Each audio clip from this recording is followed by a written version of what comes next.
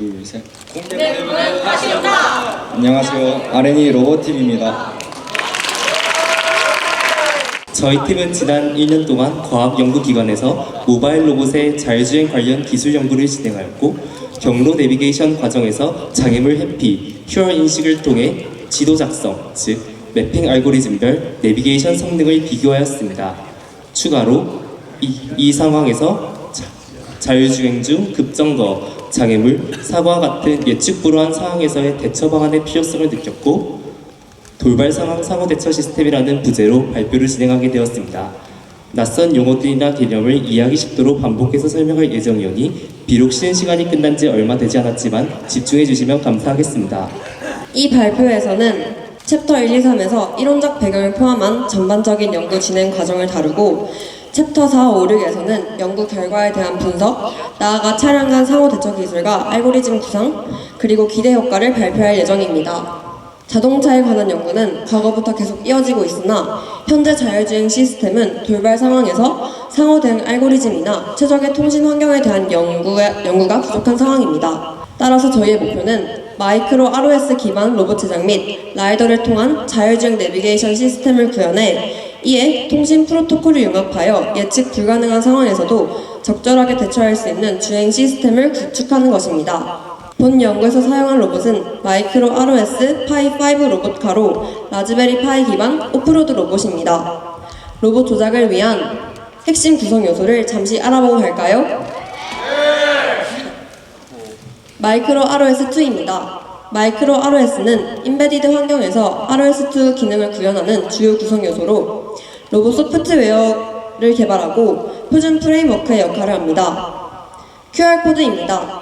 QR코드는 바코드 형식과 내용을 확장한 2차원 흑백 격자 무늬로 각각의 패턴당 고유한 값을 가지고 있습니다. 라이더입니다. 라이다는 회전하는 모터가 발사하는 레이저의 왕복 시간을 측정 및 계산하여 그 거리를 구하는 센서입니다. 마지막으로 슬램은 로봇이 처음 가보는 공간에서 지도를 생성하면서 그와 동시에 지도 내에서 자신의 위치와 방향을 지속적으로 추적하는 과정입니다. 라이다가 주변까지의 거리를 한번 스캔한 뒤 그 데이터를 누적할 뿐만 아니라 이전 스캔과 현 스캔이 일치하는지를 개선해 로봇의 현 상태를 추정하고 그 결과로 지도를 갱신합니다. 저희는 이 두 슬램 알고리즘인 G매핑과 카토그래퍼를 비교해 보았습니다. 간단하게 말씀드리자면 G매핑은 간단한 지도를 만드는 것이고 카토그래퍼는 복잡하지만 정교한 지도를 만드는 것이라고 할 수 있습니다. 이제 저희가 연구에 사용한 로봇에 대한 하드웨어 설명과 자율주행 관련돼서 설명을 해보도록 하겠습니다. 사람에게는 생각할 수 있는 영역인 뇌가 있다면 로봇에는 두뇌 역할을 하는 초소형 컴퓨터가 있으며 저희 팀은 라즈베리 파이 5를 사용하였습니다. 사람도 눈이 있어야 안전하게 앞을 보고 걸어갈 수 있듯 로봇도 그러한 역할이 필요하겠죠. 센서가 로봇 주행의 안전성을 높이며 이러한 센서들이 있습니다. 그 외에도 MCU 컨트롤러를 통해 사용할 수 있는 모터 드라이버 등 이 조그마한 로봇에도 다양한 모듈들로 이루어져 있습니다. 다음으로 자율주행 주요 요소에 관해 이야기해보려 합니다. 우선 주행을 시작하기 앞서 현재 어디 있는지, 주변에 무엇이 있는지 알아야 합니다. 그러기 위해 자율주행차가 주변 환경을 인식하고 앞서 말한 센서를 통해 위치를 인식합니다. 이후 고정일 지도 작성 과정인 매핑 과정을 거칩니다. 이러한 데이터를 기반으로 차량 장치나 경로를 판단 및 제어하며 자동차와 인간의 상호작용을 통해 관련 정보를 표시하고 처리하는 HCI 과정을 통해 전반적인 자율주행 과정이 이루어집니다. 그렇다면 이러한 자율주행 요소를 고려하였을 때 저희가 사용한 이 RC카의 실제 자율주행 자동차가 되기 위해서 어떠한 개선점이 필요할까요? 연구를 진행하며 저희는 세 가지의 핵심 발전 방향에 대해서 알 수 있었습니다. 우선 본 로봇의 자율주행은 라이더에만 현재 의존하고 있는 상황입니다. 실제 눈과 비와 같은 악천후 속에서도 물체를 식별할 수 있어야 하기 때문에 라이더뿐만 아니라 레이더나 카메라 센서들을 결합하여 사각지대를 없애는 다중 센서 시스템의 융합이 필요합니다. 다음은 판단 장치의 고도화인데요. 한정된 연산 능력을 넘어 주변 차량의 움직임을 실시간으로 예측하고 판단하는 고성능 GPU 기반 AI 연산 환경이 갖춰져야 합니다. 마지막으로 스스로의 데이터로만 움직이는 독립주행을 넘어 주변 차량이나 사물과의 실시간으로 정보를 주고받는 V2V, V2X 통신체제가 더해져야 합니다. 이와 관련된 내용은 더 나아가는 부분에서 더욱 자세히 설명해 드리도록 하겠습니다. 이러한 기술적 보완이 이루어질 때 비로소 사고 없는 완전한 자율주행을 구현할 수 있습니다. 연구 진행 과정 파트로 넘어가겠습니다. 맵핑부터 내비게이션에 이르는 과정을 설명드리도록 하겠습니다. 로봇은 아까 말했듯이 컨트롤러가 포함된 ESP32 보드와 라즈베리 파이 보드 두 가지로 이루어져 있는데요. 우선 각 보드에 맞는 소프트웨어를 먼저 설치해줘야 합니다. 마이크로로스 ESP32에는 마이크로로스가 설치되어 모터 제어, 전원 관리, 통신을 담당하고 라즈베리 파이에는 파이OS가 설치되어 로봇의 전반적인 연산 작업을 담당합니다. 운영체제 설치 과정은 다음과 같습니다. 사진을 참고해 주시면 좋을 것 같습니다. 그 다음으로 얼씨카에 탑재된 소프트웨어와 다양한 기능에 접근하기 위해 도커 환경에 진입하는 것이 필요한데요. 여기서 도커란 이러한 기능들을 하나의 컨테이너로 묶어 어느 기기에서든 동일한 환경이 실행되도록 돕는 역할을 합니다. 먼저 브링업 명령어를 통해 도커 환경을 활성화합니다. 다음, 활성화된 모든 도커를 표시하고 그 도커 환경에 진입하여 다양한 얼씨카 기능을 활용할 준비를 합니다. 도커 환경에 진입한 후 매핑과 내비게이션 과정을 본격적으로 진행하였습니다. 매핑 과정은 거리를 측정하는 라이다 센서를 통해 이루어지는데요. 라이더가 주변 사물까지의 거리를 측정하고 이를 바탕으로 지도를 작성하는 과정입니다. 또한 각 지점의 색깔을 보면서 현재 매핑의 진행 상태를 확인할 수도 있습니다. 이제 도커 환경에서 명령어를 통해 라이다 센서를 가동하고 라이다가 수집한 데이터를 시각화해주는 얼비즈를 실행한 후 라이다 토픽을 연결, 다른 말로 하면 센서의 데이터를 프로그램이 받아올 수 있도록 설정하여 본격적으로 매핑을 시작합니다. G매핑, 카토그래퍼 두 가지 방식으로 매핑을 진행하는데요. 화면과 같이 키보드를 통해 무선으로 얼씨카를 조정하면서 스캔한 데이터를 지속적으로 누적시키면 주변 장애물의 윤곽이 지도에 채워지는 모습을 확인할 수 있었습니다. 맵이 충분히 기록된 후에는 세이브 맵 버튼을 눌러 맵을 저장하고 맵 이미지 파일인 PGM 파일과 맵 관련 설정 정보가 들어있는 YAML 파일이 저장됩니다. 이후 내비게이션 과정에서는 이 YAML 파일을 다시 불러오는 방식으로 진행됩니다. 이 과정에서 저희가 사용할 로봇의 한계점을 발견할 수 있었는데요. 우선 저희가 사용한 로봇은 교육 목적으로 제작되어 매핑 가능한 최대 영역이 20칸으로 제한되어 있었고 이를 해결하기 위한 세부적인 설정 변경도 제한되어 있었습니다. 설정을 바꿔보기 위해 다른 운영체제 우분투를 설치해도 보고 관리자 권한 수도를 사용하여 명령을 시도하기도 하였으나 권한 제한 때문에 이것으로도 변경이 적용되지 않아 넓은 영역에서의 확장보다는 좁은 공간에서 맵 실행, 연동, 그리고 성능 비교에 집중하기로 하였습니다. 지도 작성이 모두 완료되었으므로 내비게이션이 실행할 차례입니다. 우선 내비게이션이 진행되는 알고리즘에 대한 이해가 필요합니다. 먼저 글로벌 플래너가 저장된 지도를 기반으로 시작점부터 목적지까지의 전체 경로를 생성하고요. 그 다음 로컬 플래너가 라이다 같은 센서를 통하여 장애물들을 회피할 수 있도록 즉각적으로 그리고 지속적으로 속도 및 조향 명령을 내려 차량의 실제 주행으로 연결합니다. 실행은 내비게이션 런처를 켜는 것부터 시작합니다. 런처가 올라오면 지도와 라이다 토픽이 연결된 상태로 차량의 초기 포지션을 세팅해야 합니다. 이를 수행하기 위해선 프로그램 활용 상태에 보이는 녹색 화살표를 조작하여 현 위치를 지정하고 방향을 차량의 방향과 일치시켜야 합니다. 만약 이 단계에서 어긋나면 경로가 올바르게 생성되더라도 동작이 불안정해지므로 중요한 단계라고 할 수 있습니다. 정렬을 마친 후엔 Set Navigation Point 명령으로 목표 지점을 정합니다. 그러면 글로벌 플랜이 전체 경로가 생성되고요. 로컬 플랜이 주행 시 센서 기반으로 주변 상황을 반영하면서 속도 및 조향값을 계속 갱신해 나가다가 목표 지점까지 차량이 이동합니다. 여기 실제 구동하면서 볼 수 있듯이 목표점 지점 후 차량이 경로를 따라 이동하는 것을 확인할 수 있었습니다. 이제 마지막 단계로 넘어갑니다. 실험 주행 트랙을 제작하고 장애물 회피와 QR 인식 기술을 활용해서 각 매핑 알고리즘별 목표 지점 도달의 정확성을 분석해 보도록 하겠습니다. 앞서 소개드린 내비게이션 과정 수행 중 위와 같은 상황이 발생한다고 가정해 봅시다.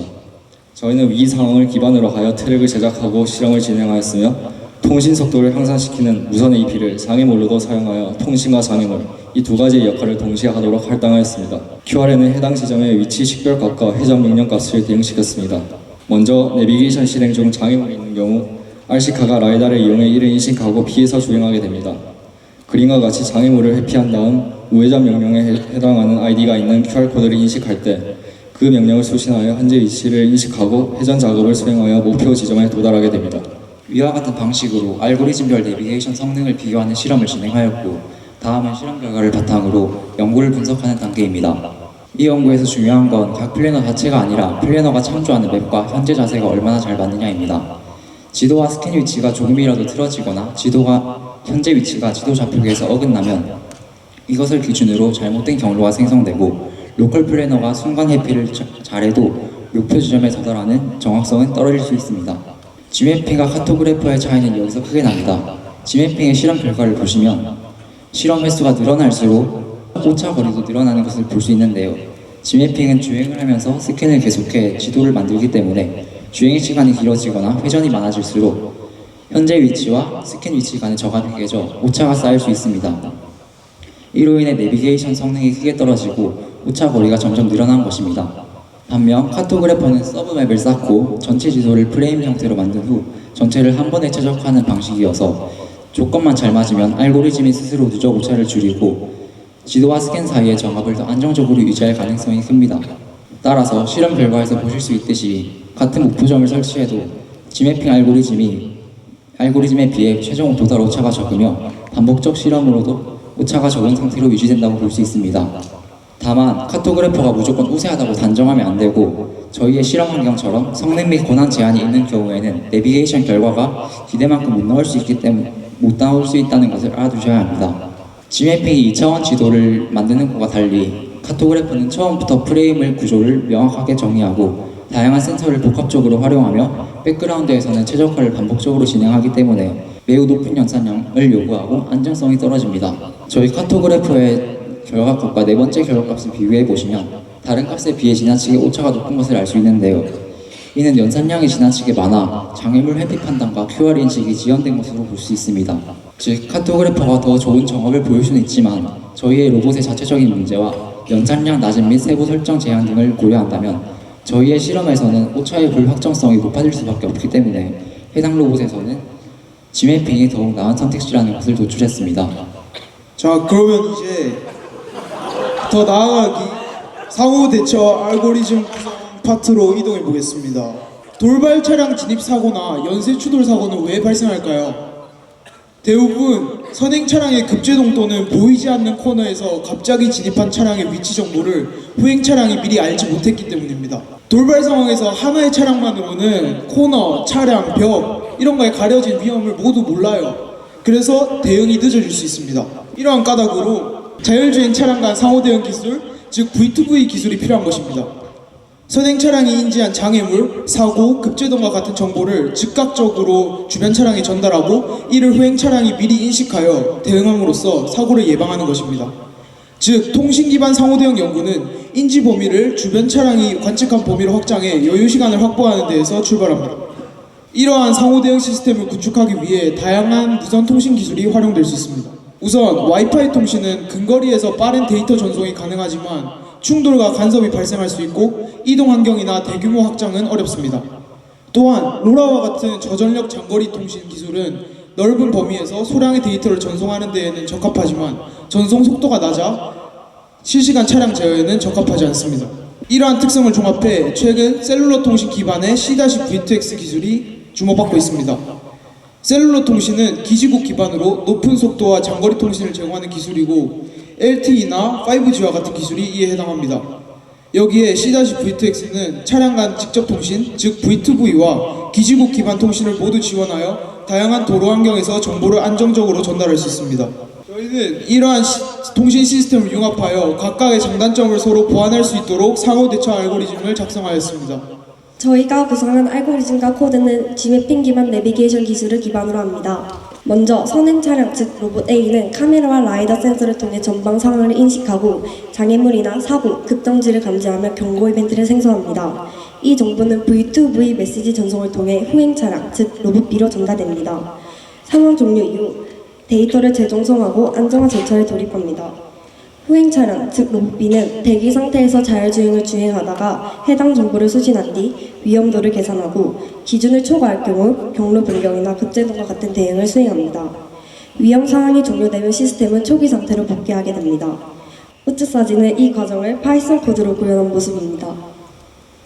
이러한 방식으로 상호 대처 시스템을 구현하는 경우 기대 효과는 우선 위험 정보를 V2V 메시지로 공유하여 상황 인식 범위가 확장되어 단위 차량으로서 발생하는 한계를 보완할 수 있습니다. 또한 이벤트 기반 알고리즘으로 위험도 기준을 초과한 경우에만 차량 수행을 제어하여 오작동 가능성을 낮춰 안정성을 향상시킬 수 있으며 초과 여부를 개선하면서 경우에 따라 회피, 정지와 같은 적절한 명령을 수행할 수 있기 때문에 2차 충돌 위험을 감소시킬 수 있을 것으로 예상됩니다. 지금까지 R&D 로봇팀이었습니다. 저희 팀의 발표를 경청해 주셔서 감사합니다.